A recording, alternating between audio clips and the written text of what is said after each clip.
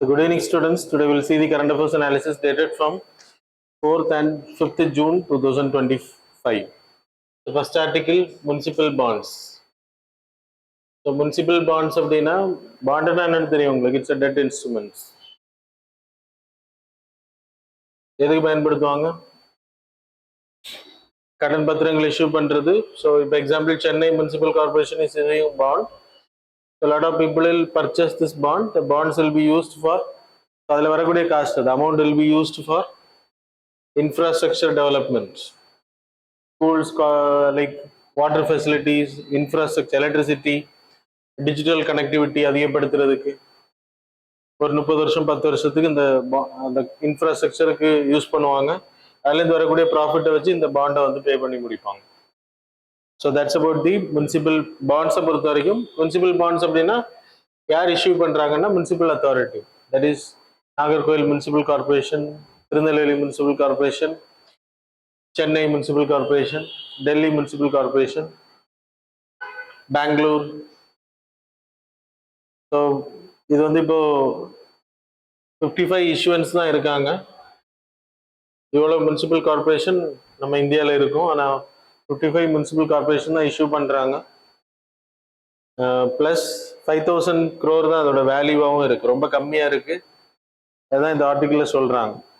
Very less. So Bangalore is the first municipal corporation. 1997 the issue. Ahmedabad second. அதுக்கு பிறகு இன்னைக்கு அதிகமாக பண்ணக்கூடியது குஜராத் அண்ட் கர்நாடகா ஸ்டேட் தான் அதிகமான முனிசிபல் கார்பரேஷன் வந்து முனிசிபல் பாண்ட்ஸை வந்து விற்கிறாங்க அப்படின்னு சொல்லப்படுது. So central government like incentivise பண்ணுறாங்க. அம்ரூட் அப்படின்ற project, Atal mission for regeneration of urban transformation. So அந்த ப்ராஜெக்டில் கிட்டத்தட்ட 13 கோடி ரூபா ஒவ்வொரு 100 crore பாண்டு விற்கக்கூடிய முனிசிபல் கார்பரேஷனுக்கு central government will give fund according under this category incentivising. So அதன் மூலமாக அதிகப்படுத்தியிருக்காங்க. இப்போ தமிழ்நாடு, டெல்லி, மும்பை, தமிழ்நாடு, மத்திய பிரதேஷ், யூபி, ஆந்திர பிரதேஷ் எல்லாம் இப்போ காம்படிஷனில் இருக்காங்க. மற்ற இதெல்லாம் இல்லை அப்படின்றதான் இங்கே ஆர்டிகிள் சொல்கிறோம். So you need to study about the municipal bonds. Municipal பாண்ட்ஸில் ட்ராபேக்ஸே இருக்குது. நிறைய முனிசிபல் பாண்ட்ஸில் பீப்புள் வந்து பர்ச்சேஸ் பண்ண விரும்பலை. அதுக்கான ரீசன் என்ன அப்படின்னா கிரேடிங்ஸ். கிரேட் வந்து ரொம்ப கம்மியாக இருந்துச்சு அப்படின்னா பீப்புள் வில் நாட் இன்வெஸ்ட். ஏன்னா ரிட்டர்ன் பண்ணணும். சில முனிசிபல் பாண்ட்ஸ் எல்லாம் அப்படியே கேன்சல் பண்ணி விட்டுருவாங்க. பீப்புளுக்கு பணம் போகாது. அப்படின்றப்ப who will invest the second time? So losses அதிகமாக இருக்கும். அதெல்லாம் கொடுக்க மாட்டாங்க. ஸோ அதெல்லாம் இருந்துச்சுன்னா drawbacks also there. The next is Operation Abhyas.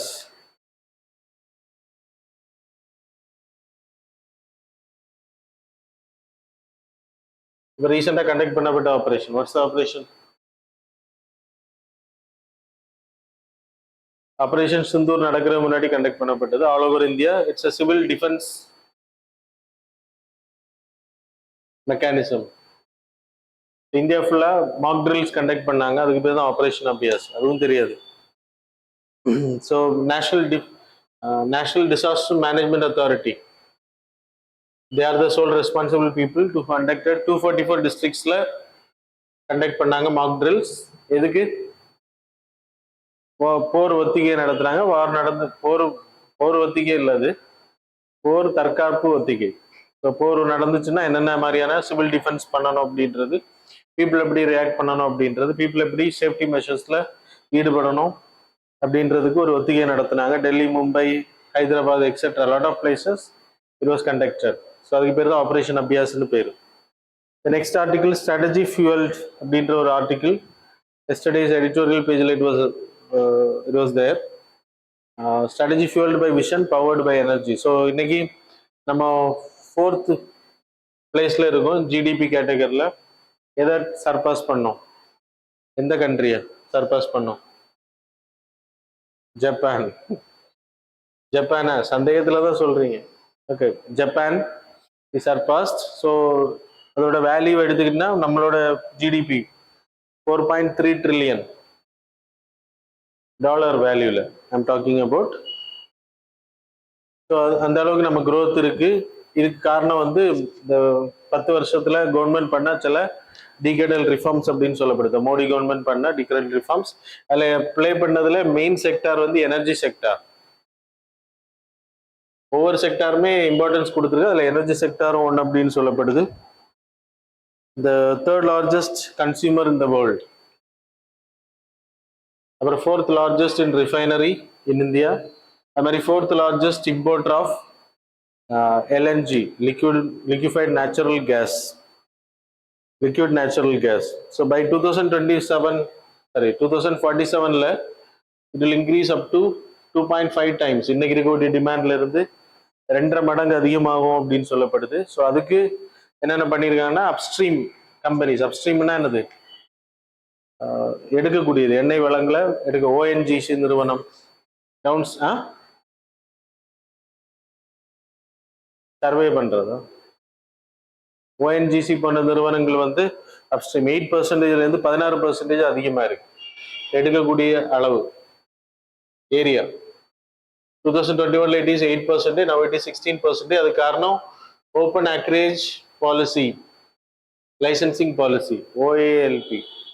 Open acreage licensing பாலிசினா எல்லா கம்பெனிஸும் அவங்க வந்து போய் தேடி கண்டுபிடிக்கலாம் ஹைட்ரோ கார்பன்ஸ் எங்க இருக்கு அப்படின்னு ஐடென்டிஃபை பண்ணிட்டு கவர்மெண்ட் கிட்ட அதுக்கு பிறகு லைசன்ஸ் வாங்கினா போதும். அப்போ டெண்டர் அனௌன்ஸ் பண்ணும்போது அவங்களுக்கு வந்து அந்த இடத்துல எடுக்கிறதுக்கான முன்னுரிமை கொடுக்கப்படும். யார் சர்வே பண்றாங்களோ அவங்களுக்கு ஓப்பன் அக்ரேஜ் லைசன்சிங் பாலிசி அப்படின்னு பேர். இப்போ எக்ஸாம்பிள் ரிலையன்ஸ் இண்டஸ்ட்ரீஸ் காவேரி ஏரியால வந்து அவங்க தான் ரிசர்ச் பண்ணி கண்டுபிடிச்சாங்கன்னு வச்சுக்கோங்க மீத்தேன் இருக்கிறத. ஸோ அதுக்கப்புறம் அதை ரெக்கார்டெல்லாம் கவர்மெண்ட் சப்மிட் பண்ணுவாங்க, சர்வே பண்ணி எவ்வளோ இருக்கு, எப்படி எடுக்கலாம், இந்த டீட்டெயில்ஸ் எல்லாம் சப்மிட் பண்ணதுக்கு பிறகு காவேரி டெல்டா ஏரியால வந்து தட் இஸ் தஞ்சை டெல்டா ஏரியால வந்து இவ்வளவு படுகைகள் இருக்கு அப்படின்றத டேட்டாஸ் கொடுப்பாங்க. அதுக்கு பிறகு கவர்மெண்ட் என்ன பண்ணுவாங்க, அதை டெண்டர் அனௌன்ஸ் பண்ணுவாங்க. அப்படி அனௌன்ஸ் பண்ணும்போது ரிலையன்ஸுக்கு வந்து முன்னுரிமை கொடுக்கப்படும் எடுக்கிறது. So that's a benefit of this. அப்போ கவர்மெண்ட் வந்து எக்ஸ்ப்ளோர் பண்றது, சர்வே பண்ணணும்னு கிடையாது எங்கெல்லாம் இருக்கு அப்படின்னு. முன்னாடி கவர்மெண்ட் சர்வே பண்ணுவாங்க, இப்போ open acreage licensing policy. So that's about the open acreage licensing policy. அதனால அதிகமாக இருக்கு. அது மாதிரி புதிய ஹைட்ரோ கார்பன்ஸ் 25 வந்து ஐடென்டிஃபை பண்ணியிருக்காங்க ஏரியாஸ். அது மாதிரி 24,000 கிலோமீட்டர்ஸுக்கான பைப்லைன் கனெக்ஷன், கேஸ் கனெக்ஷன்ஸ்ல வந்து இன்னைக்கு நம்ம எல்பிஜி கொடுத்துட்டு இருக்கோம். கிட்டத்தட்ட 1.5 crore பீப்புள் அப்படின்னு சொல்லப்படுது. அது மாதிரி ரீட்டைல் அவுட்லெட்ஸ், சாரி இது பைப்லைன் வந்து 24,000 கிலோமீட்டர் வந்து petroleum 2.5 crore people, sorry 1.5 crore பீப்புளுக்கு வந்து LNG, liquefied natural gas pipeline மூலமா கொடுக்கப்படுது. பெட்ரோல் எல்பிஜியா, நாட் எல்பிஜி, எல்என்ஜி. எல்பிஜி இன்னும் நம்ம பைப்லைன்ல கொடுக்கல, இட்ஸ் வெரி ப்ராப்ளம். சரி, அதனால கொடுக்கல நம்ம. இது வந்து 24,000 கிலோமீட்டர்ன்றது எரிபொருள் கடத்துறது, நாட் எல்என்ஜி, கேஸ் கிடையாது. Okay, next is ethanol blending பண்றோம். இதனாலதான் நம்ம இன்னைக்கு இம்போர்ட் வந்து கம்மியா இருக்கு. நம்ம வந்து இன்னைக்கு எனர்ஜி செக்டார்ல growth அதிகமா இருக்கு, டொமஸ்டிக் எடுக்கக்கூடியது அதிகமா இருக்கு அப்படின்றது சொல்லப்படுது.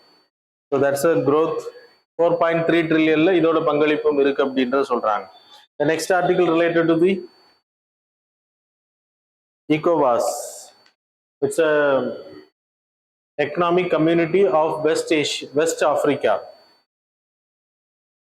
African states. ஸோ இது வந்து ஆரம்பிக்கப்பட்ட 50 வருஷம் ஆயிருக்கு. அது 1975 it was created. 28th May Lagos அப்படின்ற பிளேஸ்ல ஹெட் குவார்ட்டர்ஸ் நைஜீரியால. It was created by a treaty. The treaty is not important. இந்த countries important. Senegal, Guinea, Liberia, Sierra Leone, then Ivory Coast, Ghana, displayed.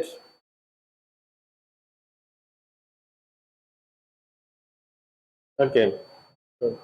Nigeria, Niger, Benin, Togo, Ghana, Burkina Faso, Guyana, Mali.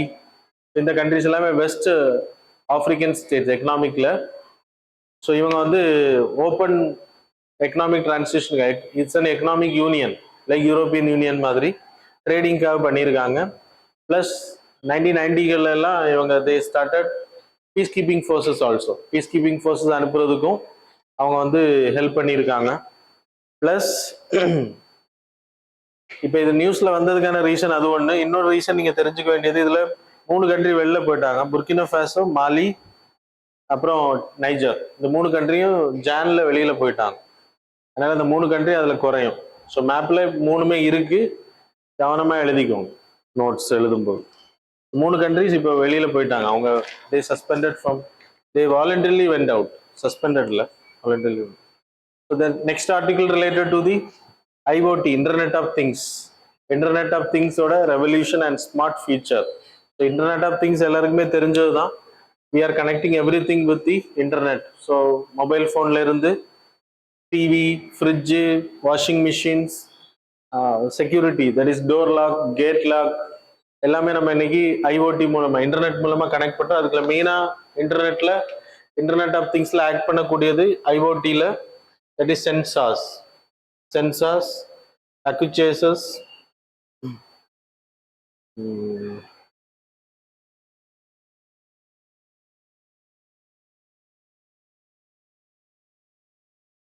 that is performing. Sensors உள்ள data வச்சு perform பண்றது. அப்புறம் connectivity, அப்புறம் cloud computing. So இதெல்லாமே இது importance for IoT. சென்சார்ஸ்னா இப்போ example, ஒரு பல்பை வந்து கனெக்ட் பண்ணியிருக்கீங்க, ஈவினிங் வந்து டிம் ஆனதுக்கு பிறகு பல்பு க்ளோ ஆகணும் அப்படின்னு ப்ரோக்ராம் பண்ணப்பட்டிருந்தா sensors will see the light, motion lights. அப்புறம் இது மாதிரியான விஷயங்கள். ஸோ டெம்பரேச்சரை சென்ஸ் பண்ணுறது, ஹியூமிடிட்டி, எல்லாமே சென்ஸ் பண்ணி இந்த டேட்டாவை வந்து அக்யூடேட்டர்ஸுக்கு கொடுக்கும். Actuators will perform, that is on, சுவிட்ச் ஆன் த லைட். அப்புறம் கேட்டை ஓப்பன் பண்ணுறதுக்கு ஆர்டர் கொடுக்கறது. ஸோ இதெல்லாமே actuators. Then connectivity, we can switch on your washing machine from mobile. That is connectivity இருந்தால் மட்டும்தான் பண்ண முடியும். வைஃபை கூட கனெக்டிவிட்டி.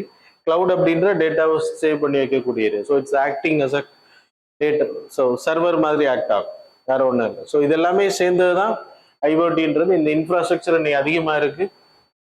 நம்ம இன்னைக்கு எல்லா வீடுகளையும் கனெக்ட் பண்ணிட்டு இருக்கோம். ஸோ ஃபியூச்சர்ல திஸ் இஸ் த வேர்ல்ட் அப்படின்னு சொல்லலாம். So you can operate your, open your door. திருட வந்து டோரை டாக் பண்ணும்போது அவனுக்கு திறந்தே கொடுத்துடலாம். நீங்க இங்கே உட்காந்துட்டு அவனை கஷ்டப்படுத்த வேணாம், டோரை உடைச்சிருவான் அப்படின்னு பயப்பட வேணாம். அப்புறம் அவன் போய் பார்த்துட்டு ஒண்ணுமே இல்லை அப்படின்னு வெளியில போயிடுவான். இல்லைன்னா you can talk to your audio மூலமா நீங்க பேசலாம். CCTV அது இன்னைக்கே இருக்கு, IoTல தான் வரணும்னு கிடையாது. So that is also part of IoT. சரியா? ஸோ இன்டர்நெட் ஆஃப் திங்ஸ் அதிகமாக ப்ராப்ளமும் இருக்கு, but advancement is there. So no need to worry about AC off ஆகணும். ஆட்டோமேட்டிக்காக நீங்கள் டைமிங்கை செட் பண்ணி வச்சிங்கன்னா இந்த டைமில் ஆஃப் ஆகும். இல்லைன்னா நீங்கள் மொபைல்லே ஆஃப் பண்ணிக்கலாம் when it is connected with internet. புரியுதா? So that's a benefit, that is IoT. அப்புறம் ஃப்ரிட்ஜில் இருக்கக்கூடிய பொருட்கள் ஏதாச்சும் டைம் முடியுதுன்னா அது ஆட்டோமேட்டிக்காக ஆர்டிஃபிஷியல் இன்டெலிஜென்ஸ் மூலமாக உங்களுக்கு டேட்டாஸை கொடுக்கும். எந்தெந்த பொருள் எவ்வளோ நாளாக சும்மா இருக்கு அப்படின்றது.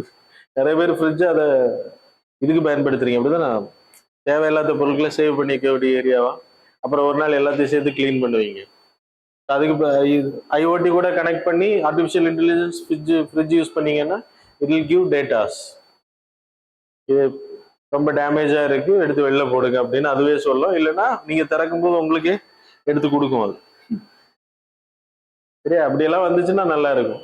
எல்லா ஃப்ரிட்ஜ்ல இருக்க பொருளும் வெளியில தான் கிடக்கும். ஏன்னா அதுக்கு டைம் தெரியும்ல. நீங்க அதிகமான நாட்கள் உள்ள வைக்கிறவங்க, அது ஒரு குறிப்பிட்ட டைம்னு அதுக்கு ப்ரோக்ராம் இருக்கும். அப்புறம் எல்லாத்தையும் எடுத்து வெளியில தள்ளும் அதுவே.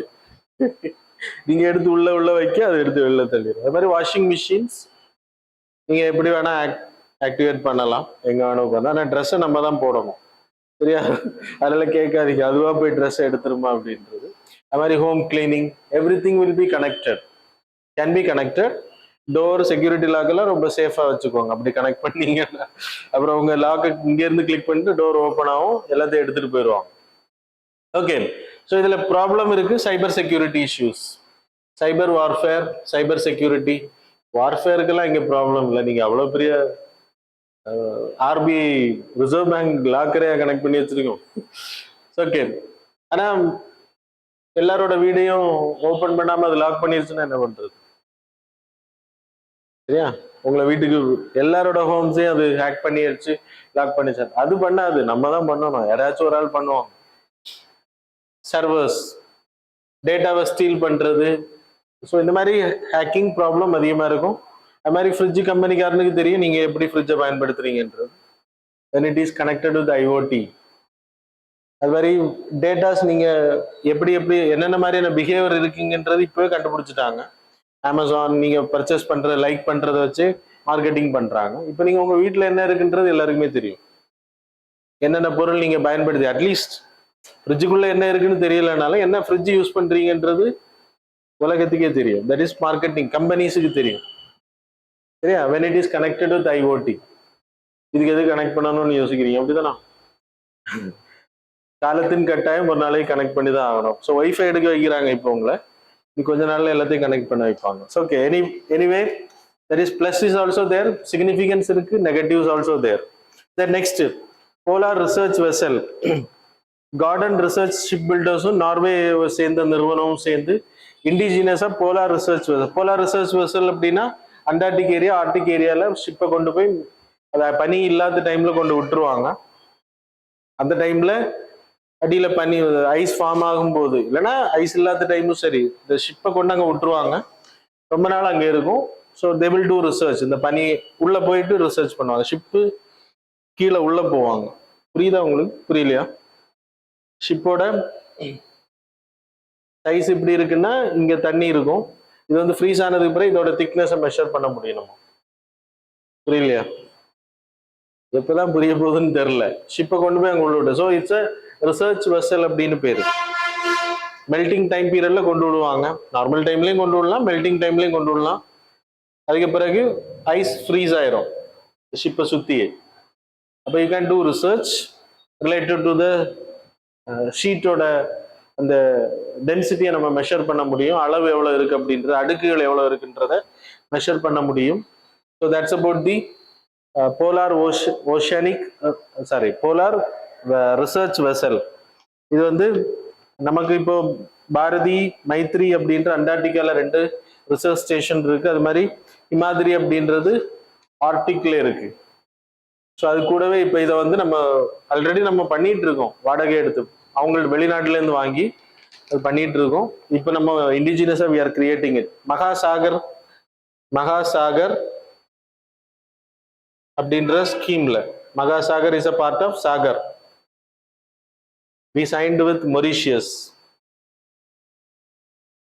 சாரி மால்தீவ்ஸ் நினைக்கிறேன். மால்தீவ்ஸ் கூட நம்ம சைன் பண்ணியிருக்கோம் மகாசாகர் அக்ரிமெண்ட்ஸ்.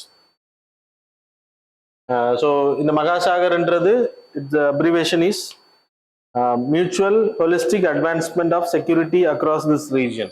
அது சாகரோட அட்வான்ஸ்மெண்ட். சாகர் பாலிசியில இட்ஸ் அ பார்ட். ஸோ அதுக்கு கீழே தான் இதெல்லாம் பண்ணிட்டு இருக்கோம். சரியா? இது இன்னும் உருவாக்க போறோம், அவ்வளோதான். Next, bio happiness. இன்னைக்கு ஜூன் 5th என்ன டே நீங்க பார்த்துருப்பீங்க, கரெக்டுனா? வேர்ல்டு என்வாயன்மெண்ட் டே. என்ன டே? என்வாயன்மெண்ட் டே.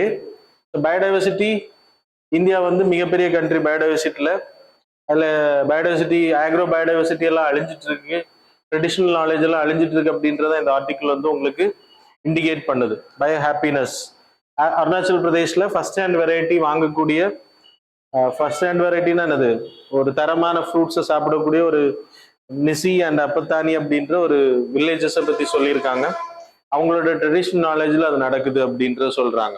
இந்த ட்ரெடிஷ்னல் நாலேஜ் வந்து வேர்ல்டு ஃபுல்லாக அழிஞ்சிருச்சு. Kuttanad traditional knowledge of cultivating, இந்த மாதிரி நிறைய ட்ரெடிஷ்னல் நாலேஜ் ஆஃப் கல்டிவேட்டிங் இதெல்லாம் நம்ம இழந்து போய் இன்னைக்கு fertilisers, biotechnology modified crops, hybrid varieties எல்லாம் யூஸ் பண்ணி cash crops, that is rice, wheat, அப்புறம் ரப்பராக இருக்கட்டும், சுகர் கேனாக இருக்கட்டும், அது மாதிரி கசாவா, சரியா, இந்த மாதிரி கேஷ் கிராப்ஸுக்கு நம்ம போயிட்டோம். So it is affecting other crop, that is millets. தமிழ்நாட்டில் கொல்லி மலைகளில் மில்லட்ஸ் அதிகமாக விளைவிச்சாங்களாம், இப்போ அது இல்லை. அதுக்கான ரீசன் எல்லாம் எல்லாருமே பணம் சார்ந்த கேஷ் கிராப்ஸை சார்ந்து ப்ரொடக்டிவிட்டி அதிகமாக வரணும், ப்ளஸ் நமக்கு நிறைய காசு வரணும் அப்படின்றப்போ ட்ரெடிஷ்னல் கிராப்ஸ் எல்லாமே அழிஞ்சிட்டு இருக்கு. இந்தியாவோட contribution to the world 2% of the land, ஆனால் 8% ஆஃப் த பயோடைவர்சிட்டி இந்தியாவில் இருக்கு. 17 மெகா டைவர்ஸ் கண்ட்ரியில் இந்தியா இஸ் ஆல்சோ பார்ட். அது உங்களுக்கு நான் ஏற்கனவே சொல்லியிருக்கேன். ஆர்ஃபன் கிராப்ஸாக இன்னைக்கு நிறைய கிராப்ஸ் மாதிரி millets, yams, tuber graphs, then jackfruit, etc., other millet varieties also. So that's about the biodiversity environment dayல இதை எக்ஸ்பிளைன் பண்றாங்க எந்த அளவுக்கு நம்ம அழிச்சிட்டு இருக்கோம் அப்படின்றது. தென்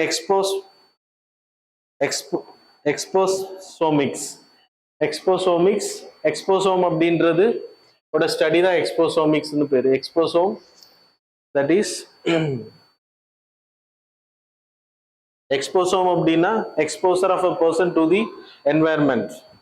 ஸோ என்ன மாதிரியான என்வாயர்மெண்ட்ல இருக்கிறீங்களோ அந்த அளவுக்கு உங்களுக்கு எக்ஸ்போசர் ஆகும்.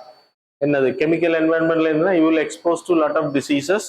அதை பற்றி ஸ்டடி பண்ணுறதுக்கு பேர் தான் நம்ம பிறந்ததுல இருந்து கன்சம்ஷன்ல இருந்து we are expose to the environment. That is expose to the environment is called as exposome. The study of exposure is called as எக்ஸ்போசோமிக்ஸ்னு பேர். எக்ஸ்போசோமிக்ஸ் அப்படின்ற ஆர்டிக்கிள் இந்த எடிட்டோரியல் வந்தது. அதில் என்ன சொல்றாங்கன்னா கன்சம்ஷன்ல இருந்து நம்ம எக்ஸ்போசர் டு தி என்வாயர்மெண்ட். அதில் என்ன என்வாயர்மெண்ட்ல இருக்கோம் நம்ம இன்னைக்கு இருக்கக்கூடிய ஜூன் 5 தீம் என்ன அப்படின்னா எண்ட் தி பிளாஸ்டிக் பொல்யூஷன்ஸ். அதில் மைக்ரோ பிளாஸ்டிக்ஸ் எல்லாம் நம்ம ரத்தத்திலே கலந்துருச்சு, நம்ம மில்க்ல இருக்கு, எல்லாத்துலேயுமே தண்ணியில இருக்கு, குடிக்கிற எல்லாத்துலேயுமே இருக்கு. So 25% of the global diseases பேர்டனாக இருக்கு இந்தியா இன்னைக்கு. இந்தியாவில் வேர்ல்டு 18.9% குளோபல் டெத்துக்கு காரணம் என்வரன்மெண்டல் பொல்யூஷன்ஸ். அது மாதிரி 14.4% of the disability adjusted life years.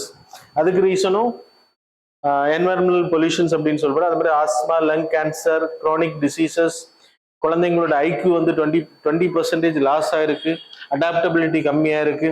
அது நானே பார்க்குறேன்.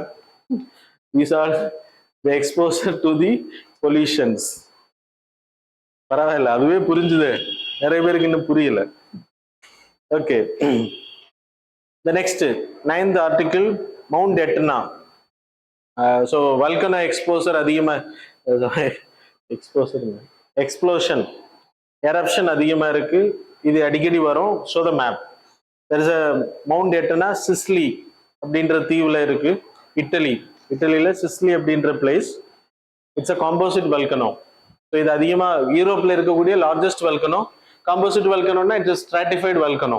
ஸ்ட்ராட்டிஃபைடு இன் த சென்ஸ் இப்படி இருக்கும், ஸ்ட்ரைட்டாக மேலே போயிட்டு லேயர் பை லேயராக வளர்ந்துட்டே இருக்கும். ஸோ இதில் ஆஷு இதெல்லாம் வெளியேடுது அப்படின்றது இது கண்டினியூஸாக வந்துட்டே தான் இருக்கும். யுனெஸ்கோ ஹெரிட்டேஜ் சைட்டாக இருக்குது, 2700 வருஷமா இது இருக்கு. அது ஞாபகம் வச்சோம். Active volcano, the largest active volcano in the Europe.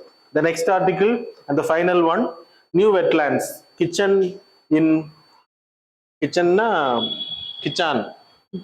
Not kitchen, சரியா, சமையலறை கிடையாது. கிச்சான் இன் பலோடி, அப்புறம் மெனார் இன் உதய்பூர். இது ரெண்டுமே பேர்ட்ஸ் அதிகமாக வரக்கூடிய பகுதிகள். இது வந்து இப்போ 91வது ராம்சர் சைட்டா ஆட் பண்ணியிருக்காங்க. ஸோ வருஷம் நீங்க எழுதுற வருஷம் அதிகமாக என்ன தெரிஞ்சு அடுத்த வருஷம் 100 ஆயிரும். அதுக்கு முன்னாடி கிளியர் பண்ணீங்கன்னா நல்லது, இல்லைன்னா 150ல் படிப்பீங்க. ஆனா எல்லாம் நம்ம படிக்க முடியாது. ஓகே, பேர்ட் வில்லேஜஸா இருக்கு. ராம்சர் சைட்டை பொறுத்தவரைக்கும் பீப்புள் நோ 1971ல ராம்சர் கன்வென்ஷன்ல வெட்லேண்ட்ஸ் ப்ரொடெக்ஷனுக்காக, இன்டர்நேஷனல் ப்ரொடெக்ஷனுக்காக உருவாக்கப்பட்டது. So that's all about the articles. Montreux site எல்லாமே நமக்கு தெரியும், நான் அதை எக்ஸ்பிளைன் பண்ண விரும்பல. Ramsar sites the people know, right? So that's enough. Now we will move on to the MCQs. Question number 1. So consider the following statements about the Paraguay. Statement number 1, it is a landlocked country located in the South America. Statement number 2, equator passes through Paraguay. Statement number 3, it is a member of Mercosur trade bloc. Which of the statements given above is are correct? Options are A, 1 and 2 only, B, 1 and 3 only, C, 2 and 3 only, D, all of the above. Next question, the recent deep ocean mission mentioned in the Hindu, that is newspaper. So create underwater military bases. Option B, explore marine biodiversity and mineral resources. C, develop submarine transportation. Fourth one, that is D, track underwater internet cables. Question number 3, with reference to the Bharat Jan, consider the following statement. Statement number 1, it was developed under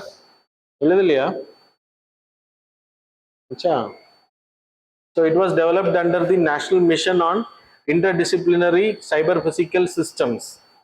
Statement number 2, it aims to revolutionize public service delivery and citizen engagement in India. Which of the statements given above are correct? Options are A, one only, B, two only, C, both, D, neither. Question number 4. With reference to the BRICS, consider the following statements. Statement number 1, South Africa was the part of the original groups formed in 2006. Statement number 2, Argentina recently joined BRICS as a full-time member. So which of the statements given above are correct? Options are A, one only, B, two only, C, both, D, neither. Question number 5, the provisions of 6th schedule are applicable to which of the following state? Statements are first state, that is Assam, second one Meghalaya, third Manipur, fourth Mizoram, fifth Tripura. Select the correct answer using the code given below. Options are A, 1, 2, 4 and 5 only. B, 1, 2 and 3 only. Option C, 2, 3 and 4 only. Option D, all of the above. So that's all. Now we will see the answers for the previous.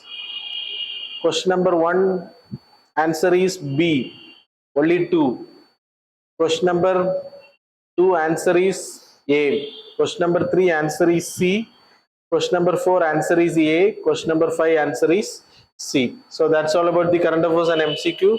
Thanks a lot for joining with us.